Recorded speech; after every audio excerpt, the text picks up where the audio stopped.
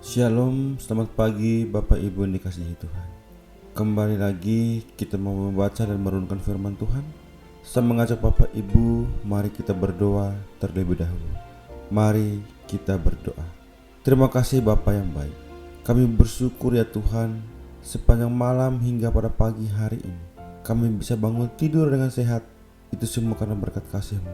Dan pada pagi hari ini kembali lagi kami mau membaca dan merenungkan firman-Mu.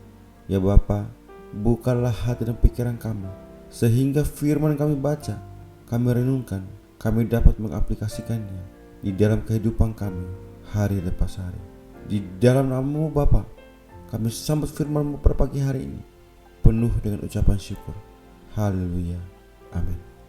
Tema yang saya berikan untuk kita renungkan bersama pada pagi ini yaitu Yesus adalah batu penjuru yang teguh. Yesaya pasal 28 ayat yang ke-16.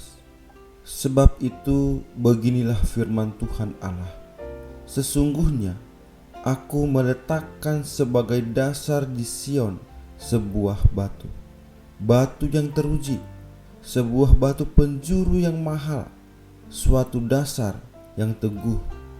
Siapa yang percaya tidak akan gelisah.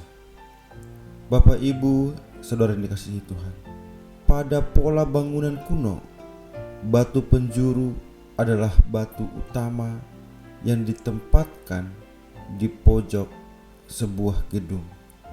Batu penjuru biasanya merupakan salah satu batu yang terbesar, yang paling kokoh, dan yang paling akurat daripada bangunan lain. Alkitab menggambarkan Yesus sebagai batu penjuru yang di atasnya gerejanya akan berdiri. Ia adalah pondasinya. Ketika batu penjuru telah diletakkan, batu itu akan menjadi dasar bagi pengukuran lainnya. Dalam konstruksi gedung itu, semuanya disejajarkan kepadanya sebagai batu penjuru gereja. Yesus adalah tolak ukur keselarasan kita. Kitab Yesaya mengandung banyak referensi mengenai kedatangan Sang Mesias. Di berbagai bagian ia dirujuk sebagai sang batu penjuru. Sebagai contoh saja, di Yesaya 28 ayat 16 sampai dengan 17. Sebab itu beginilah firman Tuhan Allah, sesungguhnya aku meletakkan sebagai dasar di Sion sebuah batu, batu yang teruji, sebuah batu penjuru yang mahal, suatu dasar yang teguh. Siapa yang percaya tidak akan gelisah, dan aku akan membuat keadilan menjadi tali pengukur dan kebenaran menjadi tali sipat. Hujan batu akan menyapu bersih perlindungan bohong, dan air lebat akan menghanyutkan persembunyian. Pada bagian ini Allah sedang berbicara kepada penduduk Yehuda yang pencemooh dan sombong, dan ia berjanji akan mengutus sang batu penjuru, anaknya, yang akan menjadi dasar yang kokoh bagi kehidupan mereka, hanya saja bila mereka mempercayainya. Di dalam perjanjian baru, perumpamaan batu penjuru terus dipakai. Rasul Paulus menginginkan supaya jemaat Kristen Efesus mengenal Kristus dengan lebih baik. Demikianlah, kamu bukan lagi orang asing dan pendatang, melainkan kawan sewarga dari orang-orang kudus dan anggota-anggota keluarga Allah yang dibangun di atas dasar para rasul dan para nabi, dengan Kristus Yesus sebagai batu penjuru. Di dalam Dia tumbuh seluruh bangunan rapih tersusun menjadi bait Allah yang kudus di dalam Tuhan.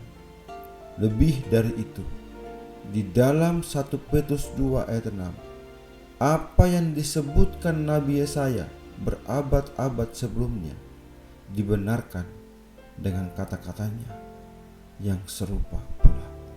Petrus mengajarkan bahwa Yesus, batu penjuru kita, telah dipilih dan dihormati di hadirat Allah. Sang batu penjuru dapat diandalkan, dan siapa yang percaya kepadanya tidak akan dipermalukan. Dasar atau fondasi adalah salah satu bagian yang sangat menentukan dalam ketahanan sebuah bangunan yang didirikan di atasnya. Kalau fondasinya tidak kuat, akan mudah roboh, diterpah oleh angin, badai, dan gempa. Yesaya menubuatkan bahwa Tuhan sendiri akan meletakkan fondasi yang teguh di Sion dengan menggunakan batu teruji dan berharga. Hal ini menunjukkan kasih setia Tuhan yang telah dibuktikan sepanjang masa. Batu penjuru ini sangat penting sehingga kemudian istilah batu penjuru ini dipakai untuk menggambarkan peranan Tuhan Yesus dalam sejarah keselamatan manusia. Jika umat Israel sungguh percaya, maka umatnya akan bebas dari kegelisahan dalam menghadapi serangan bangsa-bangsa lain. Dalam kehidupan kita saat ini, banyak hal yang dapat membuat kita gelisah.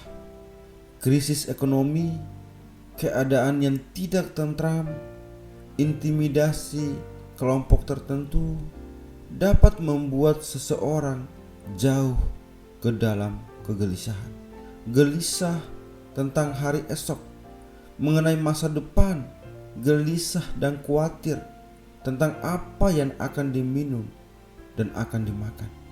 Keadaan yang dibelenggu, kegelisahan dapat mengakibatkan hidup tidak ada semangat dan pada akhirnya bisa mengakibatkan penyakit jasmani dan rohani. Apa yang harus kita miliki supaya tidak jatuh ke dalam kegelisahan? Dasar yang teguh, kuat, teruji, dan berharga.